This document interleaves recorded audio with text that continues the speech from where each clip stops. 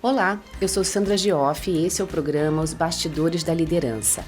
Aqui você vai acompanhar depoimentos de pessoas que conviveram comigo em vários momentos da minha trajetória como líder. Depois, eu e minha irmã Márcia Gioff, também parceira nessa jornada, vamos analisar cada depoimento frente a decisões, comportamentos e aprendizados, trazendo a experiência dessas pessoas. É um convite para olhar a liderança como ela realmente é, cheia de nuances, desafios e principalmente humanidade. Vamos ao episódio da Monize Fukuda. Espero que vocês gostem. Olá, eu sou a Monize, conheci a Sandra na Accenture, trabalhamos juntas por bastante tempo e tive a honra e a felicidade de ter a Sandra como a minha líder, né? Bom, o momento que eu vou contar, ele não é dos mais felizes, mas foi de um grande aprendizado que eu tive na liderança dela. A Sandra, ela é uma líder muito presente, né, muito construtiva, independente se você fez bem ou não o trabalho, ela vai te pontuar, mas vai te ajudar no crescimento. Então, nós trabalhamos muito juntas na crise de 2008, onde a gente teve um cenário, infelizmente, financeiro, não só no Brasil, mas com muita dificuldade, e isso afetou a nossa prática de T&O, onde ela era líder. Eu trabalhava junto com ela como RH, né? E aí nós tivemos que fazer vários cenários, né? Trabalho de forecast, ver o scheduling das pessoas, que são as alocações, onde cada um fica em projetos. E tudo depende dessa produtividade, que é o resultado que vai a empresa e a nossa prática de T&O. Então, naquele momento foi muito difícil, a gente desenhou vários cenários para tentar cortar o mínimo de pessoas possível naquela época. Então, assim, a gente trabalhou muito juntas, foram dias, noites, muitas apresentações, muitos estudos de cenário, mudança de pessoas, ver o melhor perfil e para a gente conseguir fazer o melhor possível. Então, nós tivemos sim que fazer o corte das pessoas, mas com a liderança da Sandra, junto com o Rodolfo também na época, a gente conseguiu fazer de uma forma muito respeitosa, né? Onde a gente preparou toda uma agenda de líderes e mentores, treinamos as conversas, o que nós falaríamos para cada um. Fizemos uma cartilha, né? A Sandra teve essa ideia de fazer uma cartilha para ajudar as pessoas, para se recolocar, para buscar uma ajuda. Então, esse lado sempre humano vem em primeiro lugar, sempre pensando no outro. Isso é muito da liderança da Sandra. E isso, para mim, foi um grande aprendizado, um legado que eu tenho hoje, que eu levo para a vida. Não era só o trabalho, né? A gente passou por muitas coisas boas. Infelizmente, esse momento, né, dessa crise de 2008 foi muito ruim, mas onde a gente traz muito aprendizado. E o legado que fica para mim, o que ela deixou para mim de importante é que o líder não é aquele que vai à frente de tudo e que delega as coisas, mas sim o líder é aquele que está junto, que está presente, que caminha junto com você, faz você crescer, né? Então ele está ali do lado sempre. E foram muitos dias juntos que nós tivemos, né, Sandra? Uns templates pavorosos que a gente fez de PowerPoint para apresentação, mas eu tirei, né, um grande aprendizado com tudo isso. Então eu só tenho a te agradecer, não só um aprendizado do lado profissional, mas do lado pessoal também, que eu acho que foi muito importante. Obrigada desse convite, sucesso a você! Bom, esse caso aqui, Bastidores da Liderança, com o caso da Monize Fukuda. Monize, uma querida, maravilhosa, que saudade, como a gente se divertia. Porque eu acho que uma coisa que tem que trazer pra cá é a diversão. E tem outras pessoas que trabalharam comigo e viam muito isso. Não é porque a gente é sério, profissional, que tem que ser chato. Tem que ser sisudo, tem que ser posudo, tem que ser pesado. Eu tenho que me divertir. Primeiro que eu gosto do meu trabalho, Segundo, que as pessoas que estão comigo ali são pessoas que eu escolhi.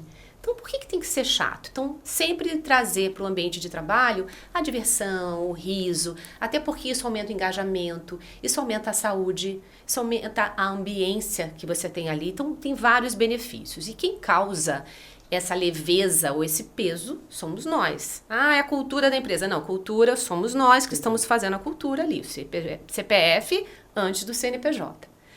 E aqui esse caso, Márcia, é muito legal falar, porque foi uma das primeiras grandes crises que a gente viveu no mercado de trabalho, foi em 2008, que a gente viveu uma recessão pesada aqui no mercado brasileiro, obviamente, né, vindo de fora, e dentro de uma consultoria era um momento muito tenso, porque o nosso capital é o capital intelectual, então você tinha que ter ali uma gestão financeira dos seus recursos muito forte.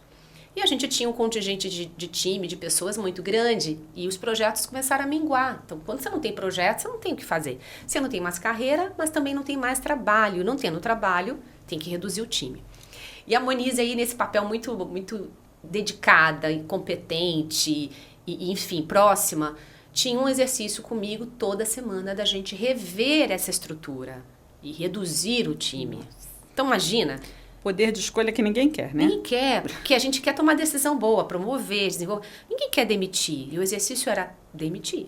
Quem essa semana vamos demitir? Nossa, e o impacto, né? Porque você impacta na vida de várias pessoas, porque você não demite. Quando você tem que abrir mão, que dispensar, você não dispensa uma pessoa. No final das contas, quando a gente vai olhar, né? O impacto disso tem... ou muitas outras pessoas ali por Exato, trás. a família. Muito bom ponto esse, Márcia. E numa situação de crise, onde também não necessariamente ela iria se recolocar. Sim. Então, acho que esse contexto aqui que a Monize trouxe, que hoje refletindo também, né, na hora às vezes você não reflete, fica muito de aprendizado, primeiro assim, a nossa vida estava um estresse. Tomar essa decisão é ruim, é difícil, fazia mal para a nossa saúde. Que a gente não queria, mas tinha que. Então, era algo que a gente não podia delegar. Eu, como liderança, estava ali decidindo. E era escolher números, porque não tinha gente incompetente para demitir. Porque uma coisa é quando você demite, que a pessoa não está performando. Não está atendendo. Que você já deu feedback.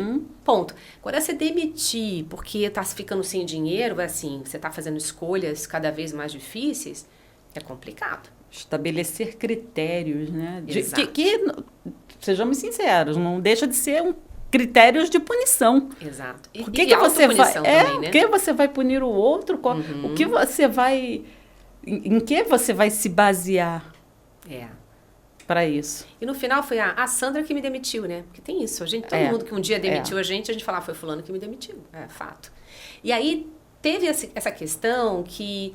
A gente começou, entre nós também, do estresse, do nervosismo, criar brincadeiras e criamos uma brincadeira que era a capa da apresentação de toda semana que a gente levava para o meu líder. Bater o martelo, a gente levava o número das pessoas. Aí eu criei uma capa do Jason, do Sexta-feira 13. Porque era humor mórbido, né? Que a gente precisava criar alguma coisa pra gente e criou a apresentação que era Sexta-feira 13. E aquela coisa daquela cumplicidade da Monize, que foi muito bacana, assim, de pensar junto, de achar solução, de tentar salvar um cada semana, mas principalmente o que a gente construiu juntas de proposição do como. Então, não temos jeito, vamos desligar, mas como? O que a gente pode fazer de cartilha, de manual, a gente chamou de estratégia de tratamento das pessoas, para minimizar o impacto, ou seja, tenho como apresentá-la, temos como prepará-la para o mercado, como que ajudar eu vou dar, num currículo, ajudar na no construção, currículo, no curso, no pacote, ou como eu vou falar. Esse respeito que é fundamental. Então, a gente fala muito hoje nas organizações e as pessoas às vezes, agora eu não posso mais demitir ninguém porque é assédio. Eu não posso fazer mais isso, eu como líder não posso porque vou para o canal de ética. Não, uma coisa é diferente da outra. A gente tem que cobrar resultado, a gente tem que cobrar performance, a gente tem que dar feedback, a gente tem que demitir, sempre com sua justificativa. Mas o processo, o como que é o que você tem que fazer... respeitoso, ético, né, atencioso, É a nossa obrigação. E aí, de novo, né, se colocar no lugar de quem está saindo. Como seria com você? Então, essa coisa da experiência, até que o mercado trouxe muito, que a jornada do cliente, a experiência, o user experience, né, que é desenhar a experiência do usuário. Sim, o líder tem que pensar nisso o tempo todo. Quando ele foi liderado, ou quando ele é liderado, ou como que ele gostaria de ser tratado nesse processo. Então, acho que tem uma lição aqui para mim dessa história, a Monize, que, primeiro, a gente não vai viver só coisas boas. Aliás, cada vez menos coisas boas. Depois disso veio o Covid, e cada hora vem uma nova crise que leva a gente para essa história do mundo que foi VUCA e hoje que é BUNNY, que é um mundo ansioso, que é um mundo frágil, ansioso, não linear e incompreensível. Por quê? A gente não consegue prever nada. A gente consegue prever que a gente tem que se adaptar. E aí eu acho importante a gente falar de adaptabilidade, que é a competência fundamental para que a gente sobreviva a esse mundo. Ou seja, eu não sei qual é a próxima Covid, eu não consigo me preparar para ela, mas eu consigo investir na minha capacidade inerente ao ser humano de adaptabilidade, que meu cérebro também tem neuroplasticidade, e eu invisto nesse meu desenvolvimento porque a cada necessidade nesse mundo BUNNY, eu vou reagir ao novo, vou resistir à mudança, mas a minha curva de adaptação vai ser muito mais rápida se eu tenho esse investimento. E como é que a gente investe em adaptabilidade, Márcia?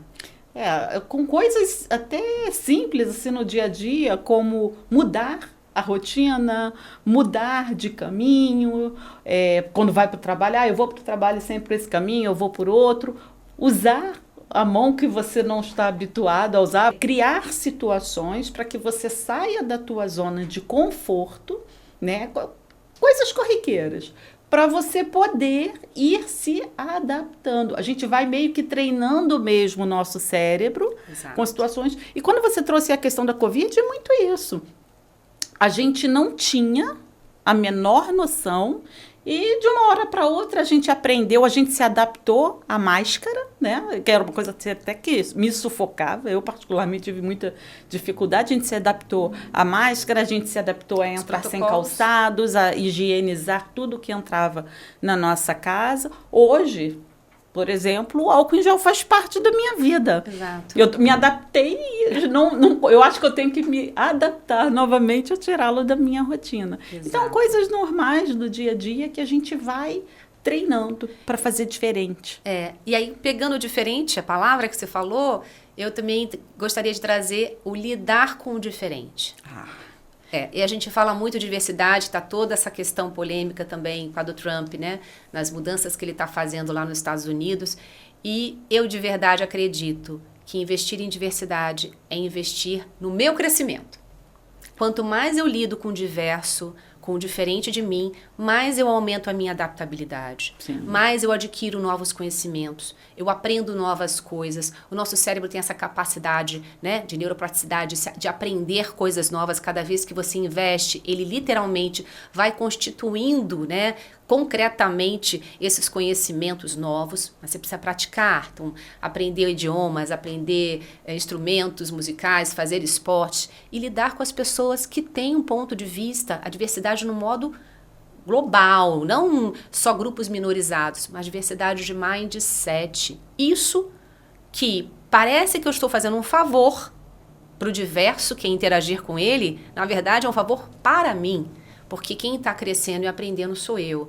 E eu acho que é isso que a gente tem que pensar num mundo BUNNY, num mundo que a gente sempre vai viver dificuldades e que a gente vai lidar com o imprevisível, com o incompreensível e vai ter que ter uma resposta rápida. Sofrer, vamos sofrer, mas a resposta à mudança tem que ser um pouco mais rápida. Eu gostaria de deixar aqui também como dica, né? Fundamental quando a gente fala de conviver com diferenças, com dificuldades, vai fazer um trabalho voluntário. Muda a gente. A gente precisa conhecer as necessidades do outro, como o outro precisa se adaptar. E a gente também aprende a criar novas propostas e novas formas de pensar, buscar caminhos diferentes. Isso é adaptabilidade também. A gente se adaptar à realidade do outro. Exato. Faz uma diferença muito grande. O mundo é muito maior, né? Muito bom, adorei essa história aqui, esse momento difícil que a gente conseguiu tirar aprendizados. E aí tem a ver também com essa curva da vida, né? A gente sempre consegue tirar aprendizado de todas as situações. Bastidores da Liderança, espero que você tenha gostado e compartilhe com quem você acha que vai gostar e curtir essa história também.